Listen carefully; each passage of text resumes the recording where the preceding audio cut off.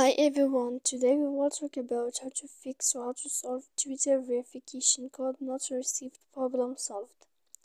To know how to fix or how to solve Twitter verification code not received problem solved, you should just go to settings like this. You will click. After that, in this page, you will go to apps, default apps, app settings. When you will see this list, you will go down to find the application of Twitter and you will enter here. Then in this page you will go to click first stop. When you will end this, you will enter to storage. After that, in this page you will click clear cache. Then you will go to click clear data, and after all that you can turn off your Wi-Fi. So please don't forget to support us by like and subscribe.